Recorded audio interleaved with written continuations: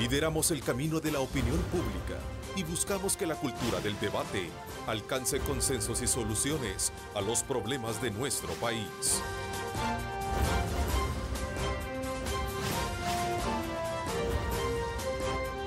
Diálogo con Ernesto López.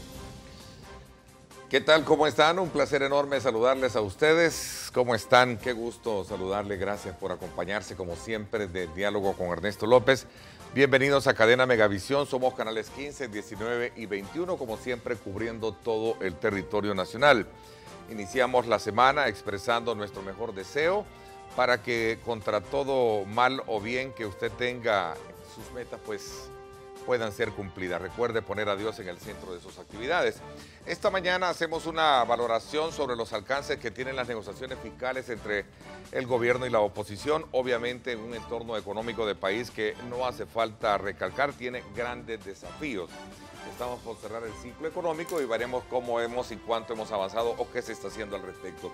Para hablar sobre este tema me acompaña el ingeniero Mauricio Chusí, expresidente del Banco Central de Reserva y un conocedor de temas importantes en la materia política y económica de nuestro país. Gracias por acompañarme, don Mauricio. Muy buenos días a todos. Buenos días, Ernesto. Primero, quiero expresar mis condolencias al Canal 21 por la muerte del camarógrafo Samuel Rivas. Sí. Es una muestra más de los problemas de violencia que atraviesa el país y realmente nos impresiona a todos que los colegas, pues, de Megavisión hayan pasado este momento tan difícil. Condolencias a la familia, a las quienes acompaño en su dolor este día.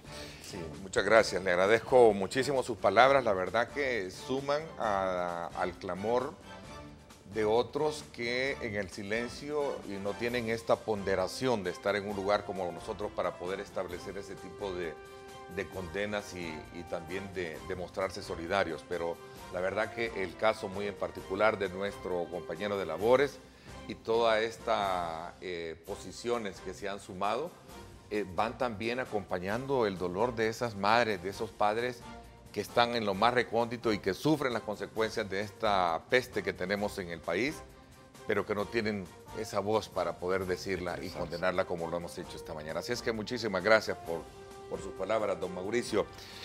Poco a poco en este ciclo de conversaciones que tiene el gobierno con la oposición, todo apunta a que a lo mejor una luz fiscal coherente y ajustable en el tiempo se vaya encontrando. Los protagonistas de esta plática deben, de acuerdo a los análisis, anteponer los intereses del país más que cualquier otro arreglo de carácter político o electoral, don Mauricio. Recordemos de alguna manera también que el país y sus grandes necesidades sociales requieren de una administración austera y de un presupuesto sincero y no inflado, como tradicionalmente a veces se presentan. Así es que hoy con su persona vamos a aprovechar, también echarle un vistazo a estos encuentros, como también sumar otros elementos en la perspectiva económica del país. Aprovecho invitarlos a ustedes, amigos, a que me acompañen. Recuerden, @diálogo21, @Neto López Radio. Son las dos cuentas en Twitter que están disponibles para que usted pueda participar y pueda interactuar con nosotros. A ver, don Mauricio, digamos en esa misma ruta, estamos a las puertas de cerrar el año, un ciclo económico para unos bien y posiblemente para la mayoría seguramente complicado, ¿no? Sí, yo creo que yo tengo una visión un poco optimista. Es decir, El Salvador ha estado favoreciéndose de algunas circunstancias internacionales que creo que vale la pena remarcar. Es decir, hay un entorno internacional muy favorable para El Salvador, que empieza porque por primera vez desde la crisis financiera internacional en el 2008, se da una conjunción de crecimiento en los países desarrollados, en los países más importantes del mundo, llámese Estados Unidos, China, Japón, Europa, de que todos están creciendo en una forma sincronizada. No hay grandes desequilibrios en el ambiente y eso como que favorece el crecimiento de la economía mundial.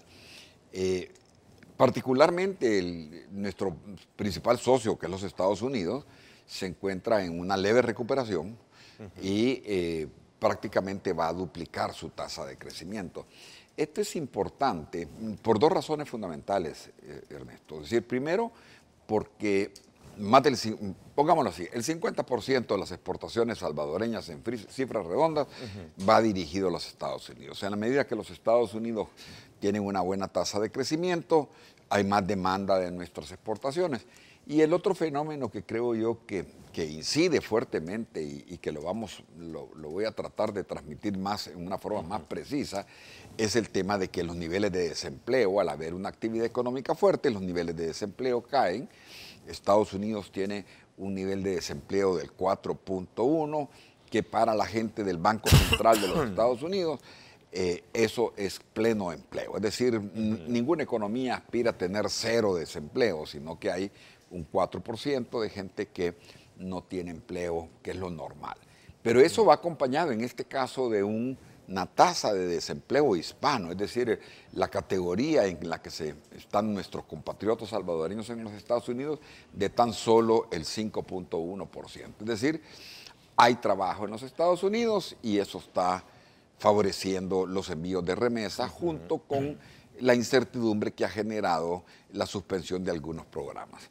Ahora, hay un fenómeno que viene y que ya está en marcha, que es el tema de la reconstrucción de Houston por los huracanes y de la Florida, que se calcula que va a tener un costo de alrededor de 200.000 millones. Es decir, para que tenga la gente una idea de lo que es esas magnitudes. De esa inyección de capital a invertir. Esa inyección, ¿no? Eso sería como unas 25 veces el PIB del Salvador, claro, lo que tienen que gastar en reparar. Eso se multiplica y se divide, o mejor dicho, se puede decir de que muchos salvadoreños, manos de obra, se van a ver beneficiados precisamente. Ese es el factor. Es decir, probablemente, uno de los riesgos que la economía salvadoreña tiene es que pueda haber una deportación de salvadoreños. No vamos a hablar de eso. Pero los que se queden en los Estados Unidos van a encontrar en que va a haber una fuerte demanda de mano de obra para esa reconstrucción.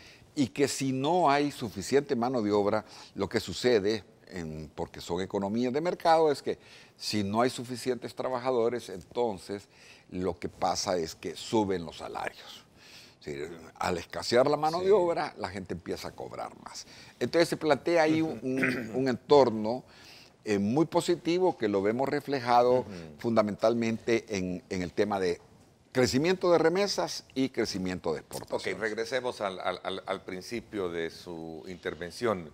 ¿Tiene usted una opinión optimista de cómo está la economía? Y ya lo describe bajo ese escenario como tal. ¿Cómo entonces debemos los salvadoreños también sentirnos, aquellos que nos están viendo? Yo creo que la economía salvadoreña es una economía que crece muy poco.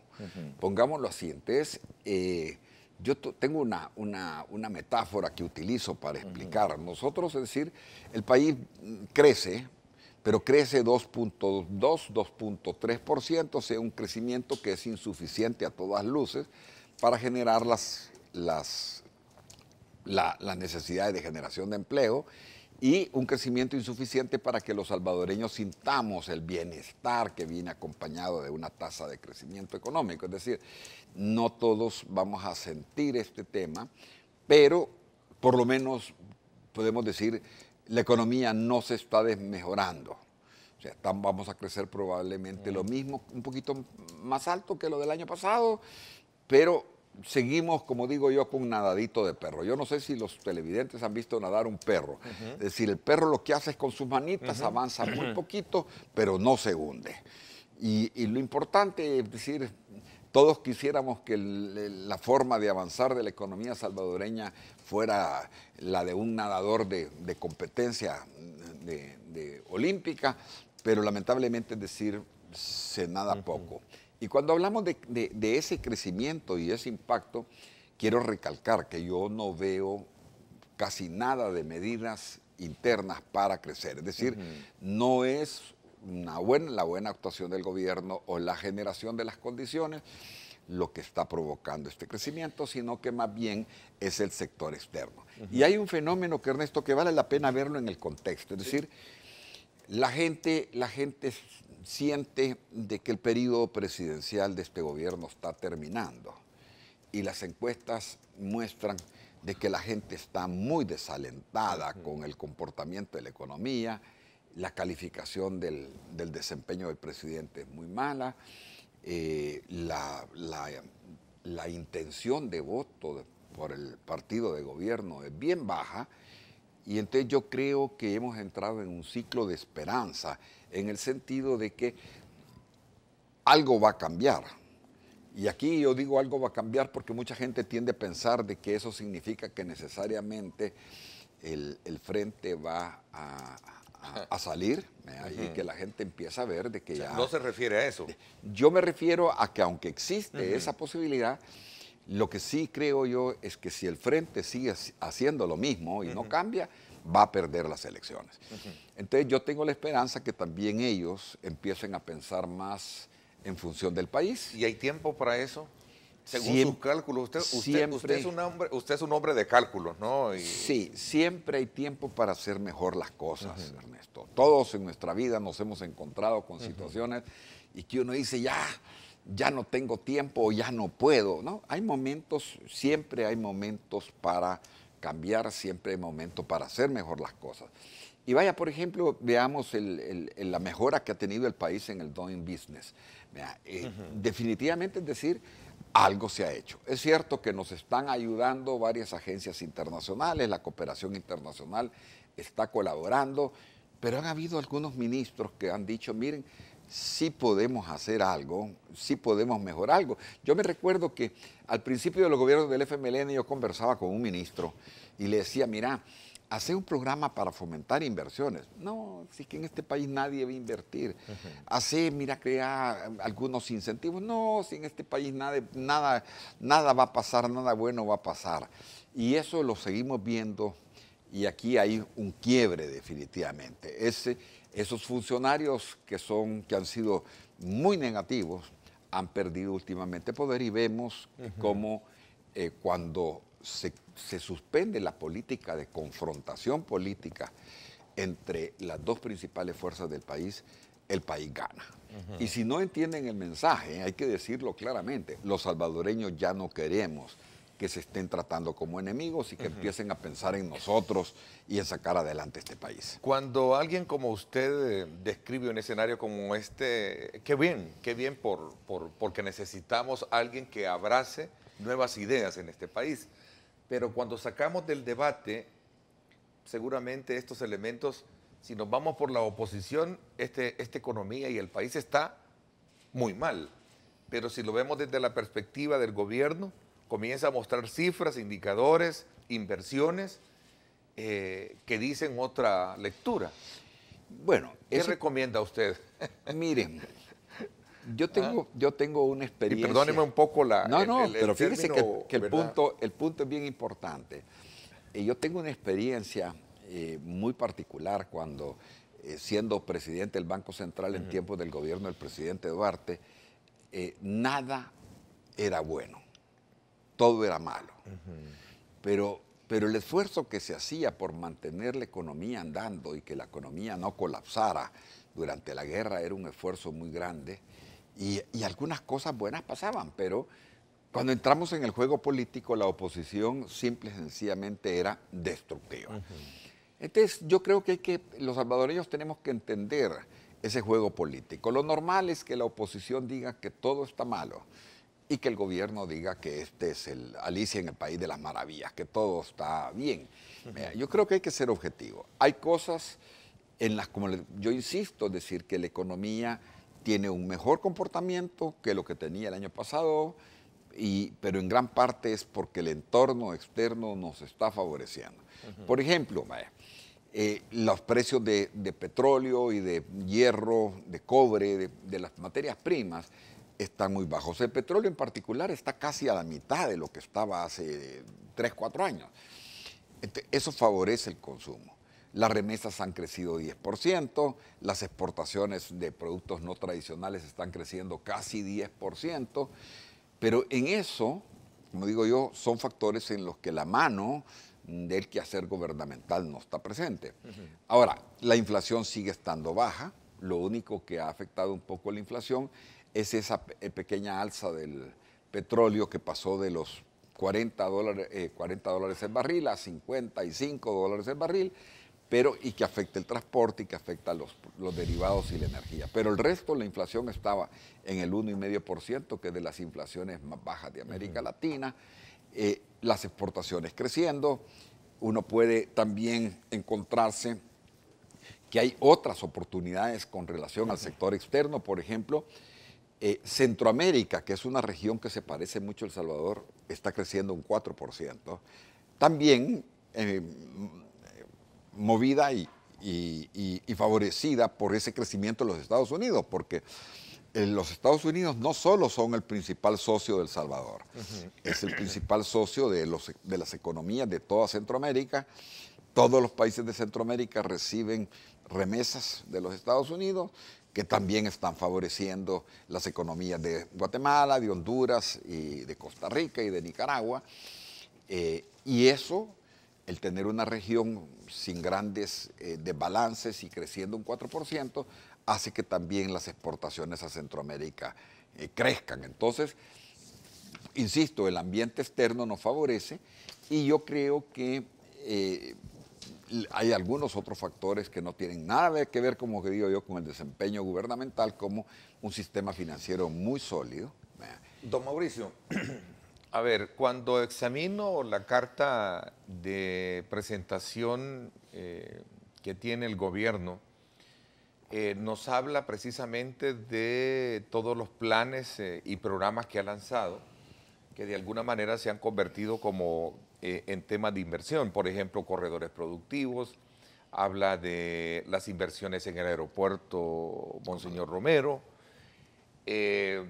empresas dedicadas al rubro de la energía limpia con nuevas inversiones y otras industrias que están por ahí. ¿Qué son esos? ¿Son estímulos producto de ese factor externo? Bueno, a mí, como le digo, me gusta mencionar las cosas buenas. Yo creo que hay, por ejemplo, algunos elementos adicionales. Es decir, el año pasado, a junio, teníamos 140 millones de inversión extranjera neta. Este año tenemos 400 y pico millones de inversión extranjera neta. Es un cambio fundamental. ¿A dónde está llegando esa inversión extranjera? Sector eléctrico, donde hay que decirlo. Definitivamente la INE, no la INE, sino que los encargados de la planificación de la política eléctrica han hecho un excelente trabajo y estamos logrando cambiar la matriz eléctrica. Entonces hay muchas inversiones en energías renovables, hay las plantas solares, la gasificadora, y eso ahí se está invirtiendo parte del dinero. Hay alguna inversión más en otras industrias, pero hay inversión, a pesar de que, y por eso decía yo que hay que tomar en cuenta que el clima de inversión está cambiando. No sé si con expectativas fundamentadas, es decir, uno podría preguntarse por qué está cambiando el clima de inversión en El Salvador, porque ahora hay un poco más de inversión que el año pasado. Sí. El gobierno habla de 23 nuevas inversiones, 18 expansiones empresariales y así suma otras. Podríamos venir desde, como le decía yo, desde un posicionamiento con una base bastante ideológica, en el sentido de decir, miren, la gente cree que este gobierno ya va a terminar. Yo creo que las expectativas, esas están en la mesa, pero hay otro elemento. Al final, la economía de El Salvador, el diseño de nuestra economía o simple y sencillamente la falta de capacidad del gobierno ha hecho de que este gobierno no pudiera ser tan desastroso en materia ideológica como se pensó. No han habido nacionalizaciones, se reconoce eso. Yo creo que eso al final de cuentas era una prueba de fuego que tenía que pasar la democracia salvadoreña. Y ojalá que la gente del frente entienda que la alternancia así funciona y que definitivamente ya no estamos en el siglo pasado donde hay que estar pensando, y lo voy a decir quizás un poco duro, en tonterías que se dieron en la revolución del 2017. Es decir, ya ese modelo nos dimos cuenta, por ejemplo, la gente cuando voltea a ver, acaba de darse el Congreso del Partido Comunista Chino, sí, en el que planifican el comportamiento de la economía para los próximos 50 años, y lo que decide el Partido Comunista Chino es que requiere que el PIB, el sector privado represente el 40% del PIB, quieren que para el 2030 el sector privado represente el 60% del PIB. ¿Qué quiere decir eso? Quieren más capitalismo. Sí. Un capitalismo responsable, pero quieren más capitalismo. Por ejemplo, también a veces las taras ideológicas no dejan de ver... ¿Es una utopía pensarlo en un país como el nuestro, llegar a tenerlo de esa manera? No, es que hay que entender que los tiempos son distintos. Yo a veces, por ejemplo, utilizo el ejemplo de la Revolución Soviética porque acaba de ser el aniversario, pero aquí todavía oye uno gente gritando tonterías que ya forman parte más bien del baúl de los recuerdos. Es decir, cuando usted ve que la segunda economía del mundo, manejada por el Partido Comunista, decide en su Congreso que requiere más capitalismo. Sí, abrir sus y todavía se encuentran algunos que dicen, miren, Rusia rescató a Venezuela. Y algunos están pensando que la Rusia es bolchevique.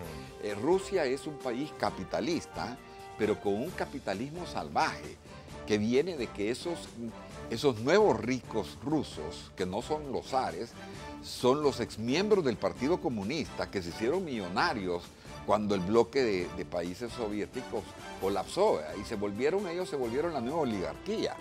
Entonces, los que le están prestando y refinanciando son las empresas privadas rusas, capitalistas, pero capitalistas de la peor naturaleza, son los que están salvando al socialismo del siglo XXI.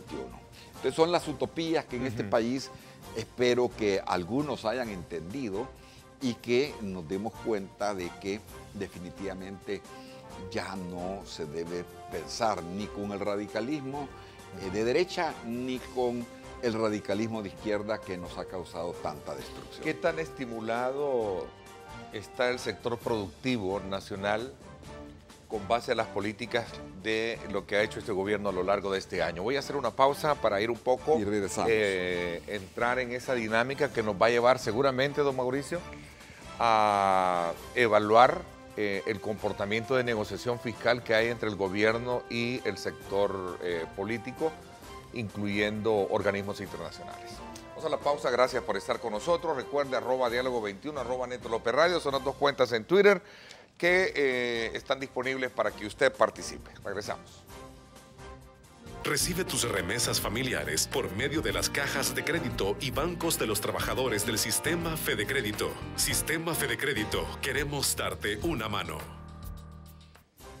Bueno, vámonos entonces hasta la Alameda Manuel Enrique Araujo y la avenida La Revolución, en el sector más conocido como Cisco, para que usted pueda tener una clara opinión sobre cómo está el tráfico en esta importante arteria que conecta lo que sería la avenida Manuel Enrique Araujo y por supuesto también la avenida Revolución, buscando la zona rosa.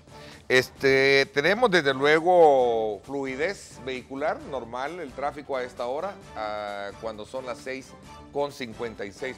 Así es que a usted que nos sintoniza en su teléfono móvil, gracias por acompañarse de nuestro programa, arrancando la semana con mucho optimismo, con mucha brillantez, como tenemos ese sol que nos baña en este momento en la ciudad capital, y abriendo la semana con una opinión, como decía don Mauricio Chusí, ¿verdad? Optimista de que la economía puede ir poco a poco mejorando y entendiéndose por qué razón, ¿verdad? Así es que nos vamos a la pausa. Gracias por estar con nosotros. Recibe tus remesas familiares por medio de las cajas de crédito y bancos de los trabajadores del Sistema Fede Crédito. Sistema Fede Crédito, queremos darte una mano.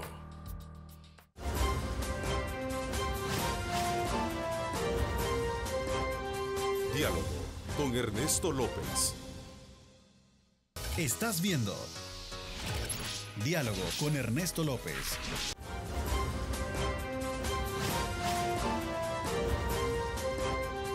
Diálogo con Ernesto López. Bueno, gracias nuevamente por estar con nosotros. Un placer enorme saludarles a ustedes. Antes de continuar con esta importante exposición sobre el tema de la economía nacional, recuerde que ahora al comprar un menú campestre, usted puede comprar un menú personal por tan solo 99 centavos de dólar. Pollo campestre está hecho como a ti te gusta. Don Mauricio Chusí con nosotros acá en el estudio en una interesante tertulia sobre la economía nacional, los factores que prevalecen y los grandes desafíos que se tienen. Don Mauricio, antes de poder llegar poco a poco al tema de las negociaciones fiscales, que creo que es importante también en esta evaluación tenerlo presente, me gustaría todavía examinar el tema de la economía, porque habían algunos aspectos que se nos habían quedado ahí letargados. Incluso no sé si soy un poco infidente, solo para cerrar el tema de una exposición reciente que tuvo en Panamá, donde llegó a hablar precisamente sobre el tema de la economía.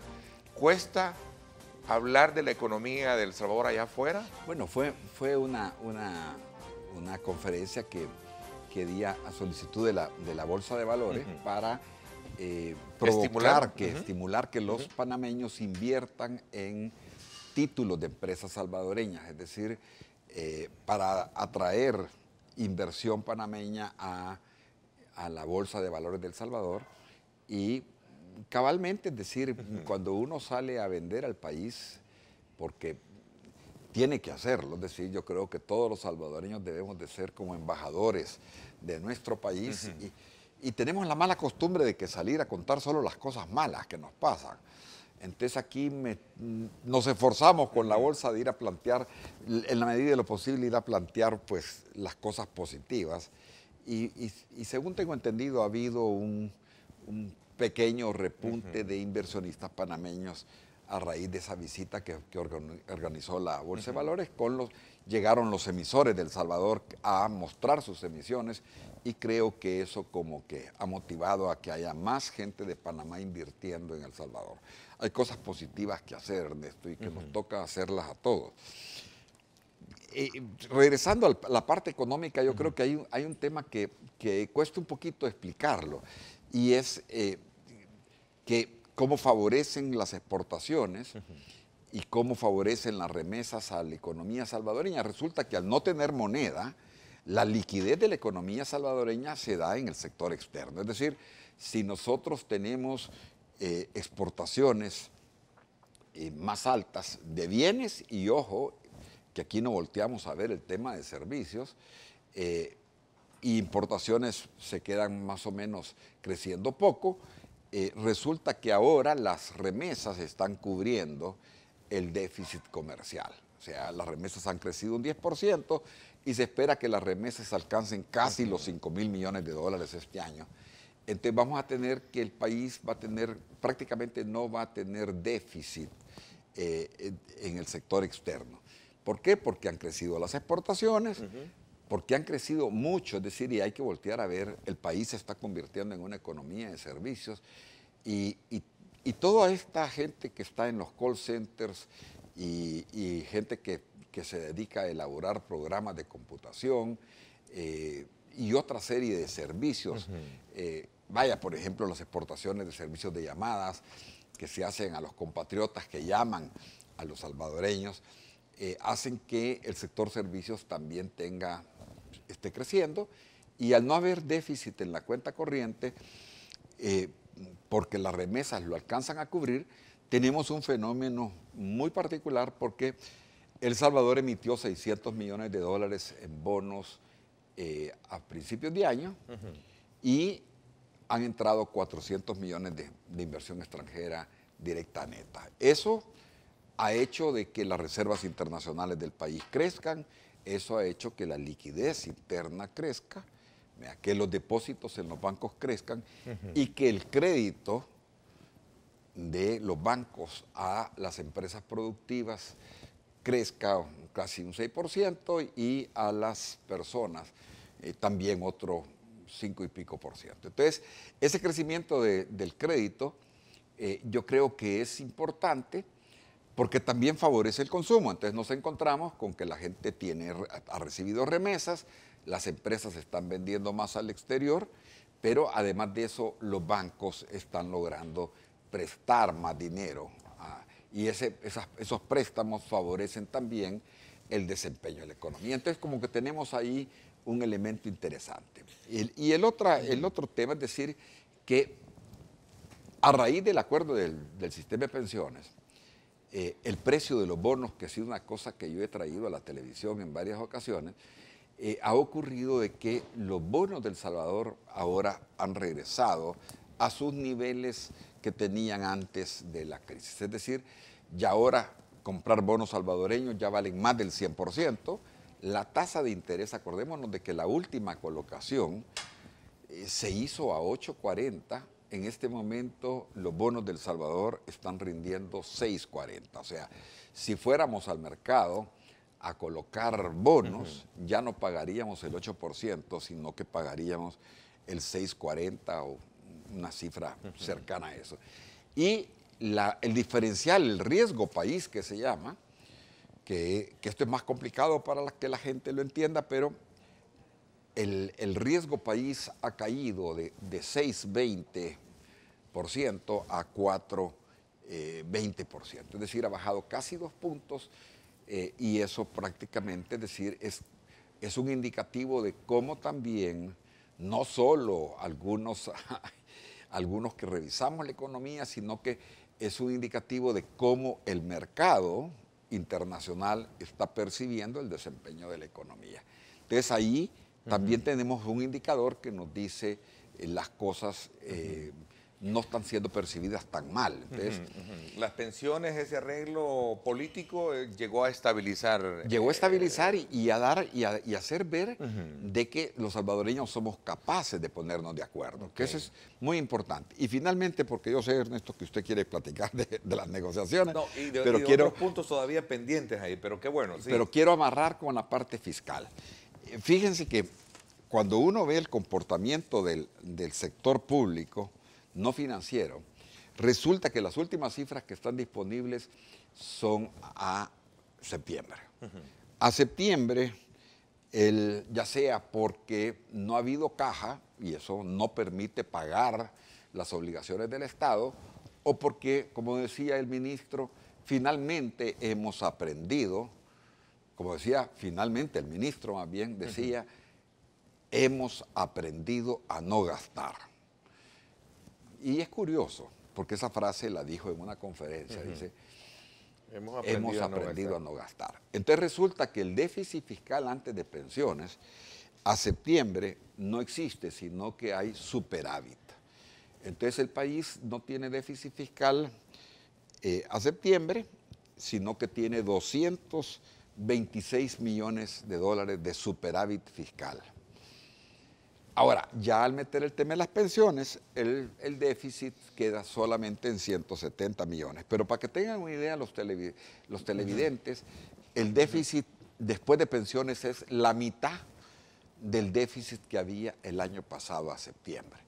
Entonces uno se pregunta realmente lo que hizo la Sala de lo Constitucional, la posición de los partidos de oposición de no darle financiamiento, de no soltarle las riendas a este gobierno, está dando sus frutos en el sentido de que finalmente el país está controlando su déficit fiscal. Y a mí los números, las proyecciones de déficit fiscal para el cierre del año me dan que van a estar menores, el déficit fiscal de este año va a ser menor que el déficit del año pasado, y que va a ser alrededor de un 2.5% del PIB y quizás incluso un poquito menor, lo cual nos dice de que definitivamente los que hablábamos de que los presupuestos estaban mal elaborados y que había que apretar los cinturones, pues realmente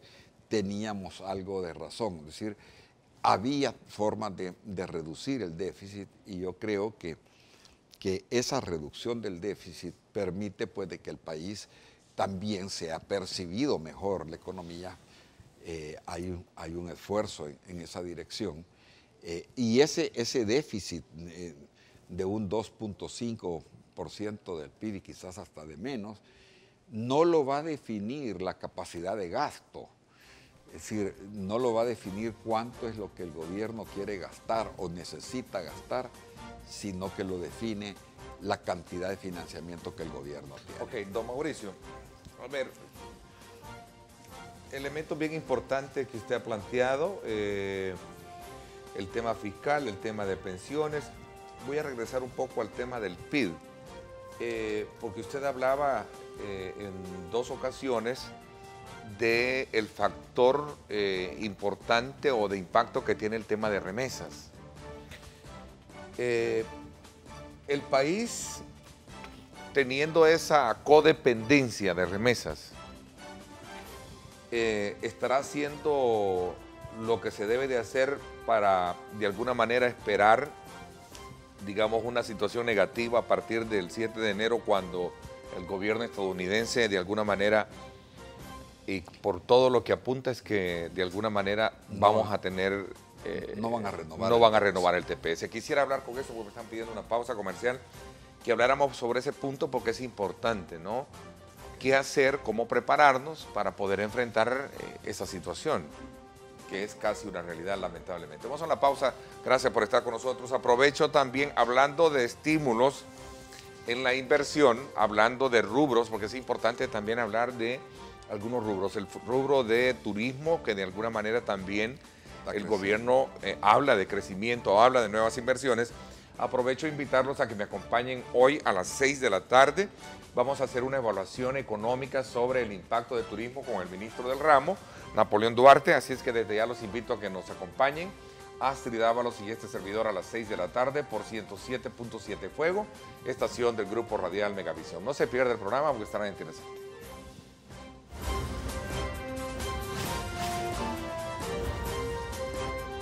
Diálogo con Ernesto López. Estás viendo Diálogo con Ernesto López.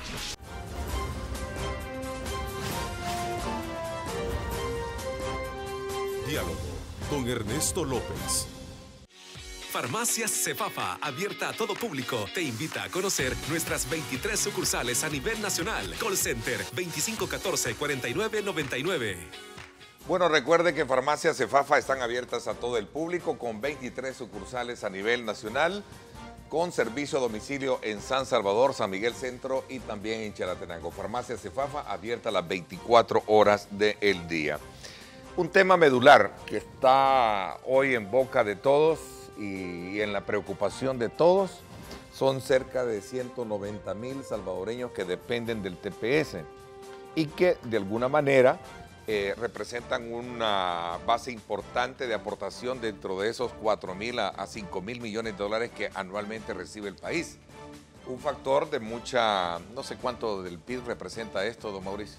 Las remesas andará por... Casi entre el 18%. El 18%.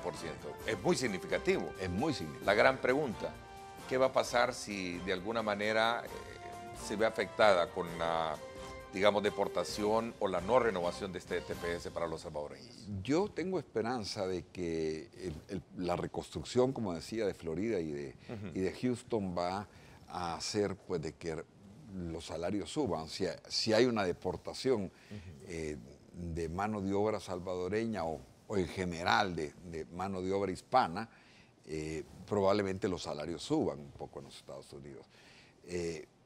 Yo creo que el problema de la gente del TPS es que son familias que ya están arraigadas en los Estados Unidos, son familias, y hay que decirlo, ya de clase media. Esto no es similar al caso cuando tuvimos la deportación de salvadoreños de Honduras en el 69, de que lo que venían eran campesinos y que se pudo manejar con algunos programas de entrega de tierras, que yo siempre he dicho que no resolvieron absolutamente nada, pero fue un paliativo. Es decir, la gente que está en el TPS son gente clase media que tiene sus casas, que tiene sus carritos, que tiene sus hijos estudiando en universidades en los Estados Unidos.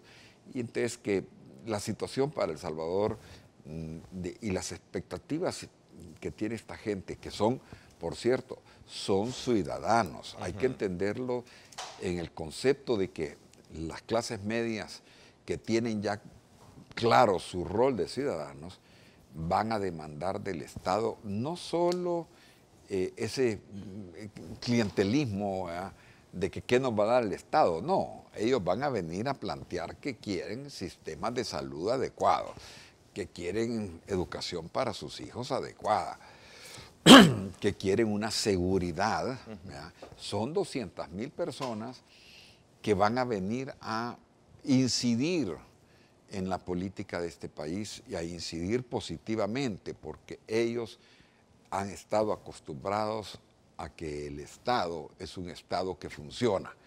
Y nosotros, lamentablemente, lo que tenemos es un Estado que no funciona. Tenemos un Estado que deja mucho que desear en materia de salud pública, un Estado que deja muchísimo que desear en materia de educación.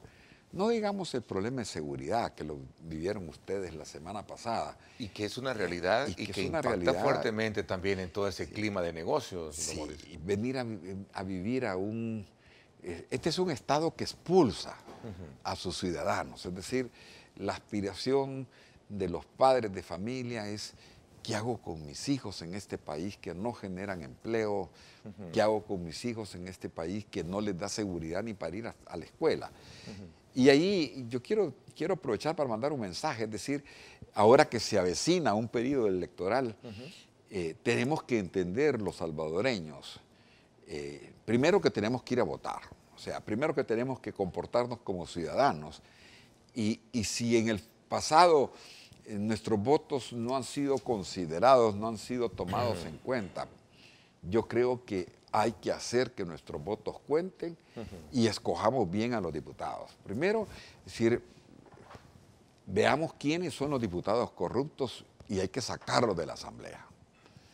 Hay que hacer lo posible por tener diputados decentes, diputados preparados, diputados con formación, no diputados que no pueden ni leer y escribir, como hemos visto ya en las cámaras de diputados que los ponen a leer un dictamen y no saben leer, ¿verdad? O diputados que después de 2 años de estarse discutiendo la reforma de pensiones, cuando les preguntan, ¿y tú por qué no votaste?, es que no entendía el problema de las pensiones. Y durante 2 años no fueron capaces de buscar a alguien que se los explicara. Es decir, saquemos, como digo yo, a los ineptos, a los corruptos y tratemos de tener una asamblea legislativa distinta, porque comportémonos, como digo yo, comportémonos cada vez más como ciudadanos y exijamos esos cambios para que las cosas caminen distinto. Ahora, y cuando no esté bien definido el clima electoral, Arena sí ya prácticamente despunta con 2 candidatos de los 5 muy fuertes, hablando de manera permanente en los principales periódicos. Javier Simán este día, por cierto, yo creo más en el crecimiento de la economía que en nuevos impuestos, por un lado, pero también tiene la participación, y lo destacan también, de Carlos Callejas, también haciendo producto de trabajo territorial. Pues yo creo que lo primero... ¿Es bueno esto? No, yo creo que lo mejor para un país, y yo siempre me gusta decir que lo mejor, la responsabilidad social de todos los salvadoreños, es hacer y cumplir las leyes.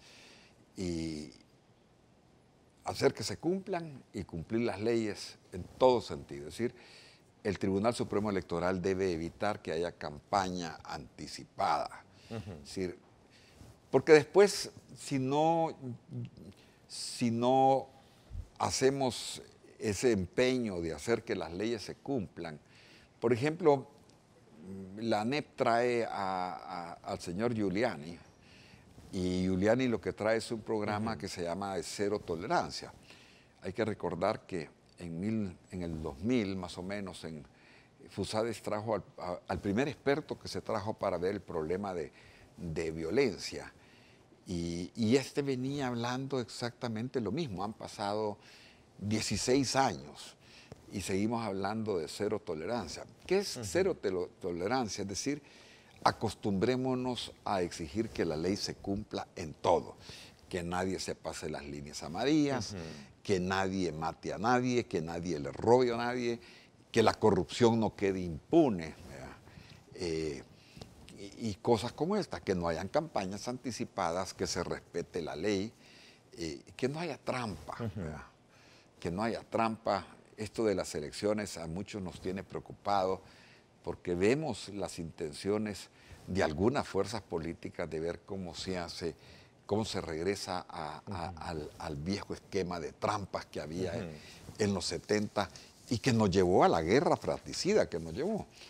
Entonces el llamado debería ser a que cordura, tranquilidad, a que respetemos las leyes y que no hagamos campañas anticipadas. Lamentablemente se desataron estas fuerzas y yo creo que hay que evitar que la campaña política agarre más fuerza, porque la ley, primero porque la ley dice que no puede haber campaña política y tenemos que respetarla. Ok, solo quiero cerrar antes de entrar a este tema de las negociaciones fiscales que se tienen. Este año, por cierto, Honduras implementó la Ley de Regiones Especiales para el Desarrollo, que son ciudades modelos acompañadas de una serie de medidas que ayudan de alguna manera a estimular inversiones extranjeras, y también otros la consideran como paraísos fiscales. ¿Qué piensa usted con relación a estos modelos, como también si esto puede ser una alternativa de país? Porque muchos hablan, bueno, y en el país, como inversionista, ¿qué es lo que verdaderamente yo tengo para poder, como motivo, ir a invertirlo a El Salvador? Si bueno, lo que tengo a la base es todo lo contrario, ¿verdad? Una inseguridad que golpea fuertemente al país. En la literatura económica hay varios modelos de desarrollo. Es decir, el modelo basado en polos de desarrollo, de acuerdo a la literatura económica, prácticamente quedó en desuso. Es decir, cuando se les pregunta a los expertos a nivel mundial que una economía, sus apuestas son la generación de polos de desarrollo, les dicen, no, miren, ya ese modelo es un modelo obsoleto. Normalmente promueven los modelos estos la gente que está tratando de tener beneficios fiscales. Es decir, el concepto mundial de fiscalidad ya no debe estar orientado a tener este tipo de polos de desarrollo y a que atraigamos a la inversión extranjera en una competencia sin fin de que quién es el que hace que los inversionistas no paguen absolutamente nada de sus contribuciones sociales para fomentar el desarrollo económico de un país. Yo no soy muy partidario. No muy partidario. No. A ver, voy a hacer una pausa comercial que entramos ya para quedarnos hablando sobre su evaluación y también qué recomendaciones le da a usted a este proceso de negociación fiscal que hay entre el gobierno y la oposición. Está también el Fondo Monetario. El tema de los ajustes, el ajuste, es un tema que también llama la atención, preocupa a algunos sectores, pero también la gran pregunta es si el país no tiene de dónde agarrar, ¿qué es lo que piensa o cómo pensamos salir del problema fiscal que tenemos como país? ¿Cuál es la evaluación que tiene y cuáles la, digamos, consideraciones o recomendaciones que tiene don Mauricio con relación a lo que se está llevando a cabo? Vamos a la pausa y regresamos para quedarnos con el tiempo prudencial ya para el abordaje de este tema. Farmacias Cefafa, abierta a todo público, te invita a conocer nuestras 23 sucursales a nivel nacional. Call Center 2514-4999.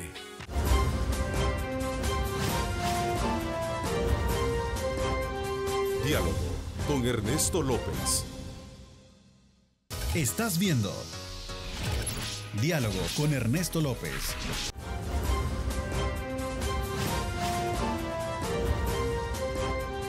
Diálogo con Ernesto López. Bueno, gracias nuevamente por estar con nosotros. Paul Steiner nos escribe, de hecho estaba enviando varios tweets.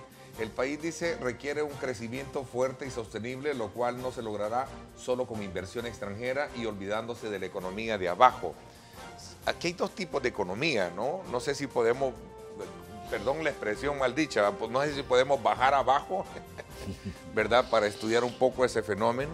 Bueno, el tema, tocándole una forma breve, es decir, la informalidad en este país tiene mucho que ver con lo difícil que es para el sector informal formalizarse.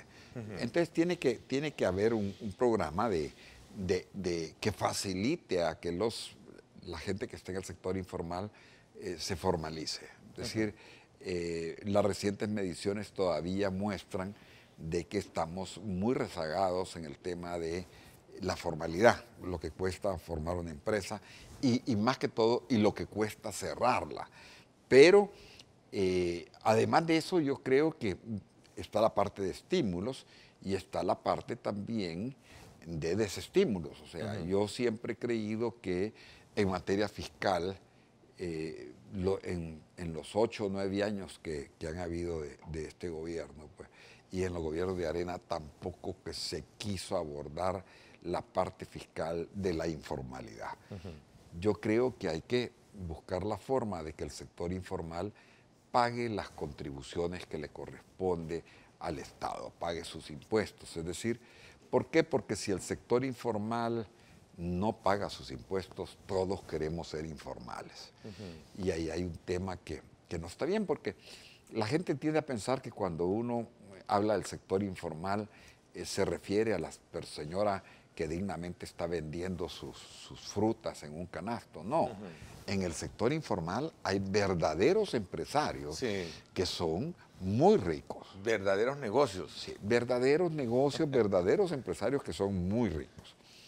Ahora, hablando del tema, Ernesto, de las negociaciones. De las negociaciones, yo creo que en este momento hay 4 temas en las negociaciones que hay que abordar. Primero, el tema de la aprobación del presupuesto del 2018 y su financiamiento. Hay que acordarse que, como usted lo decía al principio de la entrevista, tenemos un presupuesto que supuestamente refleja las cifras reales y las necesidades de financiamiento. Es decir, veníamos con un comportamiento histórico de que había un fraude de ley de presentar un presupuesto que no tenía déficit, pero que las cifras al final de cuentas mostraban que había un déficit y se hacía el truquito de presentarlo sin déficit para que no hubiese que negociar con la oposición. La segunda cosa que está en la mesa es, hay casi 500 millones de letes de deuda de corto plazo, deuda que hay que pagar en menos de un año, que hay que decidir si se va a financiar a largo plazo o no se va a financiar a largo plazo. La tercera cosa es decir, las medidas de sostenibilidad fiscal que recomendó el Fondo Monetario, que lo que pretenden es hacer que El Salvador no siga endeudándose hasta el momento en el que nos veamos en el triste caso de que no podamos conseguir financiamiento, porque cuando uno ya debe demasiado, ningún banco le presta. Y el otro tema que es importante es cómo se va a financiar los pagos que tiene que hacer El Salvador por sus emisiones de bonos en el periodo que comienza desde el 2021 al 2023. Y a ver, lo que sucede es que desde el 2019 hasta el 2023, ¿qué es lo que pasa? Es decir, van a haber elecciones presidenciales en el 2019 y ese mismo año el país tiene que pagar casi $1.000 millones de una emisión de bonos que se hizo hace bastante tiempo y entonces el peligro es que como el juego ha sido en la época que Arena estaba en el gobierno, el Frente no le daba los votos para hacer emisiones de deuda. Después, cuando llegó el FMLN al gobierno, Arena no le da los votos para hacer las emisiones y en esa lucha de confrontación el país no debe seguir y la idea es, antes de que se den las elecciones, el país tiene que haber logrado un acuerdo que permita financiar esas obligaciones sin hacer un default internacional. Y es bien importante porque eso nos daría a todos tranquilidad de que independiente quién gane, el problema estaría resuelto.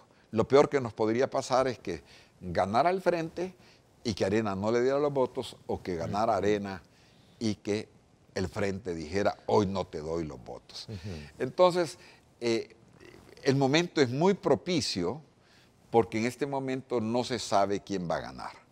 Y entonces el juego es un juego de ganar-ganar. O sea, si logran ponerse de acuerdo en lo del financiamiento del 19 del 2019 al 2023, los dos ganan. No importa quién gane las elecciones, el que gana es el país que ya tiene solucionado ese problema. ¿Eso es lo acordado o esa es la proyección del acuerdo? Esa es la idea, son las cosas que están... No, todavía no está acordado. Sí, eso es lo que está en juego en la mesa. Lo que están en la mesa, son estas cuatro cosas. Pero entiendo, y perdón solo para recalcar porque es un elemento importante, pero sí hay conciencia de ambos partidos porque aquí o ganas tú o gano yo. Ese es el punto, es decir... El punto intermedio para decir hay que hacer algo. Y mi punto en ese sentido es, este es el momento para negociar, vea. Porque al no haber un ganador, los dos ganan, aprobando, al no saber quién es el ganador de las elecciones, los dos partidos ganan, pero además de eso yo creo que ese ambiente preelectoral y los resultados de haberse puesto de acuerdo en el tema de las pensiones mostraron de que cuando los dos partidos, en vez de estarse tratando de destruir, trabajan en función del país, el país gana y la gente, los ciudadanos, empezamos a verlos en una forma distinta. Las encuestas han sido claras. Si los dos partidos siguen peleando y destruyendo el país en su afán de destruirse, definitivamente todos perdemos. Y por eso es que las encuestas dicen, yo no quiero que gane el Frente, ni tampoco quiero que gane Arena. ¿Por qué? Porque los dos partidos no muestran ni siquiera no mostraban ni siquiera los entendimientos mínimos para evitar que los salvadoreños siguiéramos siendo los grandes perdedores de esa confrontación política. Y por eso es que la gente dice, miren, yo veo en Arena 20% están dispuestos a votar por Arena y 20% o 19% están dispuestos a votar por el Frente. Pero el otro 60% estamos ahí los que decimos, miren, si estos dos se siguen comportando igual, a mí no me gustaría votar por ninguno de los dos. Entonces tienen que cambiar los dos su forma de manejar. Entonces este es el momento de que los partidos políticos mayoritarios nos muestren de que de veras tienen interés en sacar adelante al país y no sus preferencias electorales. La otra cosa que pone una coyuntura muy particular fue la resolución de la Sala de lo Constitucional de la Corte Suprema de Justicia. Es decir, por más que se critiquen, algunos fallos no los compartiremos, pero definitivamente el fallo que dieron con relación del presupuesto forzó a que el Ministerio de Hacienda presentara un presupuesto real y no un presupuesto mentiroso. Y eso hay que aprovecharlo porque tenemos que evitar que regresemos a ese punto en el que se hacía trampa con los presupuestos. Pero ¿qué tan consistente es un acuerdo, la aprobación de un presupuesto si las necesidades sociales son más grandes que de los ingresos que se tienen? Bueno, para mí ese es un punto fantástico que lo haya puesto en la mesa. Es decir, con manejar el presupuesto, lo que estamos es estabilizando las finanzas públicas. Yo, como les digo, y cuando hablábamos de ese análisis optimista de la economía salvadoreña, no hay que perderse. El país no va para atrás, está avanzando poco, pero hay, como decía, una deuda social muy alta. Los niveles de salud son bajos, los niveles de educación son bajos, los niveles de seguridad son altos. El nivel de empleo que se genera no es suficiente. No estamos hablando de que este país es un país que está boyante y nada por el estilo. Estamos hablando de un país que está, por lo menos no estamos retrocediendo. Y cuando tú mencionas el tema del presupuesto, estamos hablando de estabilizar las finanzas públicas. Lo primero que hay que hacer es tener estabilidad en la parte de finanzas públicas y luego hay que entrar en el tema de cómo hacemos que las finanzas públicas funcionen. Y por ejemplo ahí, ya cuando uno, yo tuve oportunidad de ver el estudio que ha hecho el BIS y que los periódicos han estado mencionando, ¿sí? es decir, ahí se ve claramente que el nivel de impuestos que se paga en el país todavía es bajo y el nivel de gasto tributario, lo que gasta el país, es bajo. ¿Deberíamos elevar esa carga tributaria al 16% como la promedio que tiene América Latina? Bueno, quizás hasta más, el de América Latina es más alto. 16, 18. Sí, pero el tema es, como tú dices, es decir, hay que llevar la carga tributaria a un nivel que nos permita empezar a atajar las deficiencias en lo social, a atajar las deficiencias en la seguridad. El tema de la corrupción, los indicadores de control de corrupción, que creo que es no, importante. Y necesitamos mejor calidad de infraestructura. No solo infraestructura productiva, la infraestructura social, la calidad de nuestras escuelas deja mucho que desear. Pues. Los hijos de los salvadoreños van a escuelas que a veces no tienen ni servicios sanitarios, ni agua potable. Pues.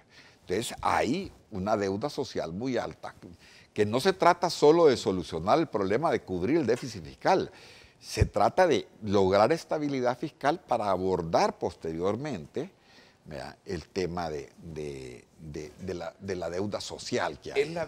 ¿Es la vía correcta cuando se habla de un ajuste fiscal el tema de nuevos impuestos?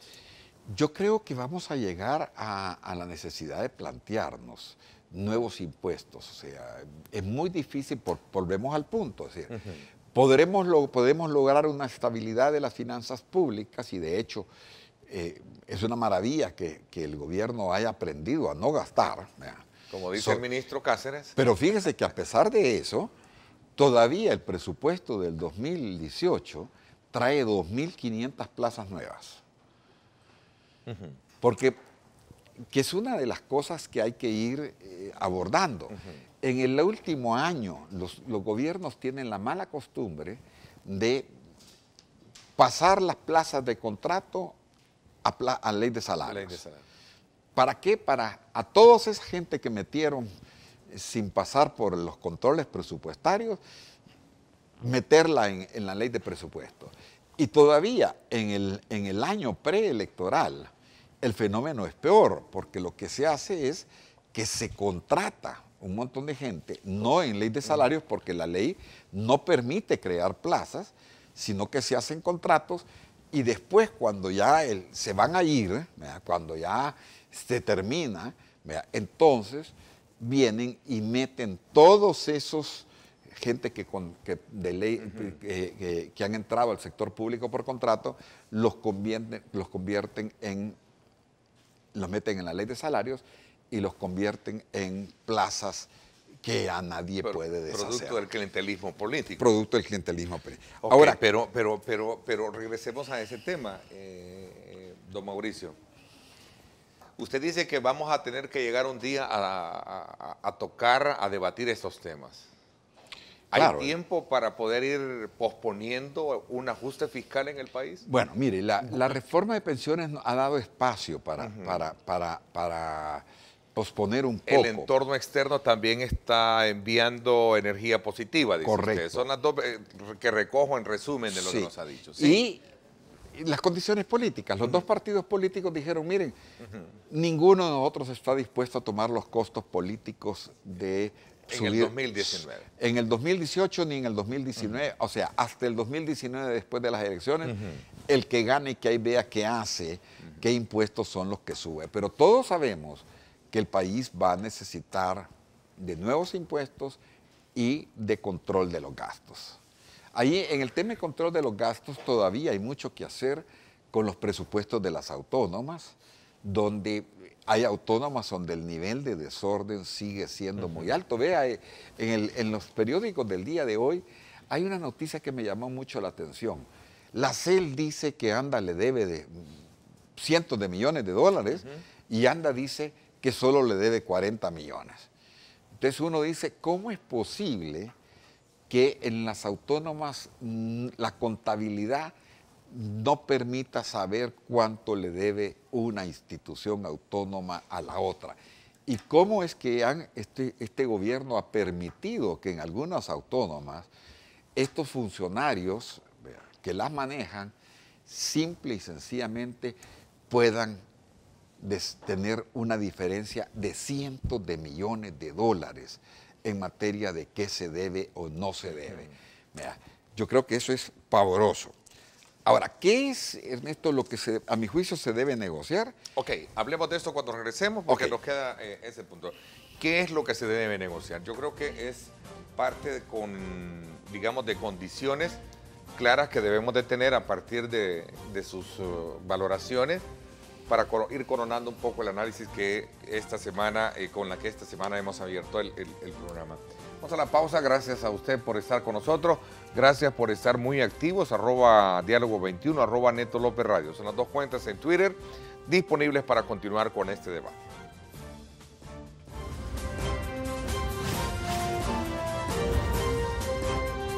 Diálogo con Ernesto López. El futuro es imaginar, es pensar en grande. Prepárate hoy, estudia en la UFG y amplía tus oportunidades. UFG, tecnología, innovación y calidad. Bueno, gracias a todos por estar participando de nuestro programa interesante. ¿Qué se debe negociar en esta mesa? Bueno, como decía yo, primero, habían los 4 aspectos: el presupuesto, el refinanciamiento de la deuda de corto plazo, las medidas de la sostenibilidad fiscal y la aprobación de ese financiamiento para cancelar las obligaciones del 2019 al 2023. Lo primero es decir que se ha empezado, es decir, no voy a decir si yo hubiese comenzado por el presupuesto, pero quizás, bueno, ya está definido, Arena y el gobierno y el FMLN están negociando el presupuesto. ¿Qué es lo que creo yo que hay que negociar en el presupuesto? Lo primero es que no se malgaste dinero.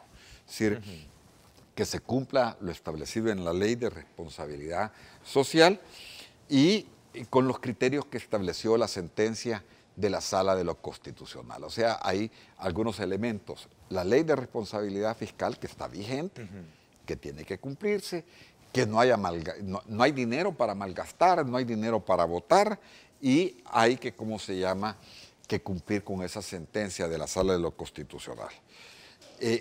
La segunda cosa es que esos criterios de austeridad que estableció la Sala de lo Constitucional son importantes. Yo creo, Ernesto, y hace un rato conversábamos con usted de cómo el tema de la austeridad personal y el buen juicio y la prudencia siempre rinden frutos. Es decir, los gobiernos deben de ser austeros. Es decir, no podemos seguir viendo los gastos que hay en viajes, los gastos en seguros privados, los despilfarros en materia de asesores en la Asamblea Legislativa o aquellos funcionarios de aquella autónoma que se hicieron una fiesta con whisky y mariachis. Es decir, todo eso, no hay espacio en este país, sobre todo a la luz de lo que hablábamos, de tantas necesidades sociales. Pero hay un elemento que es fundamental. Antes de sentarse a ver el presupuesto, todos necesitamos saber cuál es el resultado de los estudios actuariales que hizo el asesor que contrató el Ministerio de Hacienda para ver el impacto de la reforma de pensiones.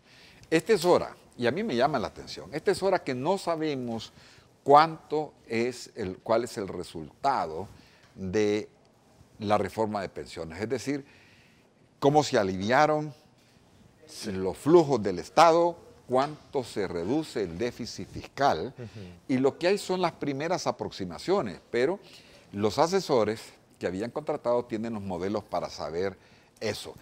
Y acordémonos que la reforma de pensiones se elabora prácticamente cuando el presupuesto estaba siendo entregado. Es decir, el presupuesto que recibió la Asamblea Legislativa se presenta prácticamente sin conocer los resultados actuariales de esa reforma. Y sin saber cuánto va a ser el costo de las pensiones, no se puede negociar el presupuesto. Don Mauricio, voy a hacer, porque ya el tiempo se nos está agotando, ya que tocó el tema de pensiones. Muchos estamos preocupados por el tipo de negociación que se logró establecer entre las empresas administradoras y el gobierno. ¿Nos beneficiaba a la mayoría de salvadoreños o salimos perdiendo los salvadoreños con esa negociación que hubo? Bueno, yo creo que los salvadoreños salimos ganando. Los que cotizan en el sistema de pensiones salieron perdiendo. Y digo los salvadoreños porque acordémonos que menos del 25% de la población económicamente activa cotiza. Eso quiere decir que el 75% de los salvadoreños estábamos pagando un sistema de pensiones del cual nosotros no nos beneficiábamos. Entonces, definitivamente, para la gente que está afiliada al sistema privado de pensiones, el acuerdo no mejora las condiciones de los pensionados, sino que lo vuelve más duro. Pero hay que ser franco, es decir, los salvadoreños, si pensamos que el 75% de los salvadoreños sí salieron beneficiados y el 25% que cotiza salió, llamémoslo así, menos beneficiado o incluso perjudicado. Regresando, perdón, Ernesto, porque quiero, yo creo que ese tema de saber cuál es el resultado, eso es lo que define si el presupuesto está bien hecho o no está bien hecho. Porque dependiendo de eso vamos a saber si realmente cuántos recursos se necesita para cerrar el déficit fiscal. Hay que congelar las plazas y prohibir que se contrate gente por el sistema que se llama perdón la redundancia, por el sistema de contratos, lo mismo que congelar los aumentos de salario. Hay que ver el otro tema que es fundamental, es que si el presupuesto está financiado y la oposición va a dar los votos para cubrir ese déficit fiscal, ya aquel sentido de que se podían emitir letes hasta el 30% de los ingresos, es decir, se podían emitir letes hasta si los ingresos son más de 4.000 millones, hasta 1.200 millones. Esa puerta, la puerta de la tarjeta de crédito, prácticamente hay que cerrarlo y reducir el saldo de letes a un máximo del 15%.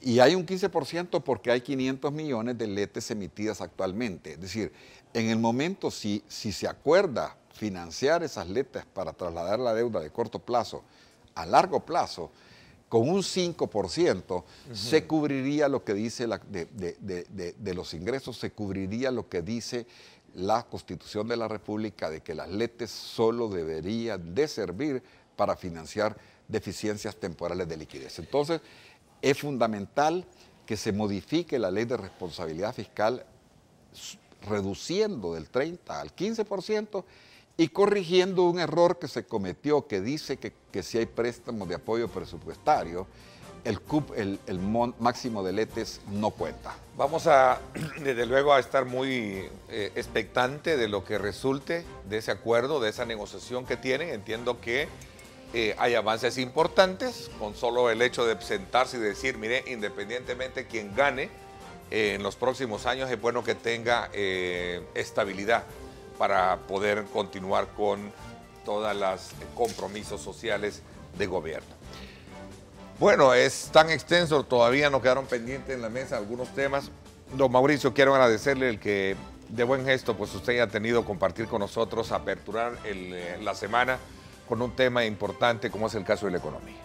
Muchísimas gracias, Ernesto, y muchas gracias a los televidentes que espero que no se hayan cansado en esta entrevista. Seguramente que no. Estamos muy preocupados con temas económicos y pues qué bueno de personas como usted que nos dan también una orientación y una ruta de cómo está el país y cómo debe seguir el país. Gracias por mi parte. Esto es todo por hoy. Los espero en radio hoy a las 6 de la tarde. Pásenla bien y como siempre recuerden lo más importante, amar a Dios sobre todas las cosas. Lideramos el camino de la opinión pública y buscamos que la cultura del debate alcance consensos y soluciones a los problemas de nuestro país.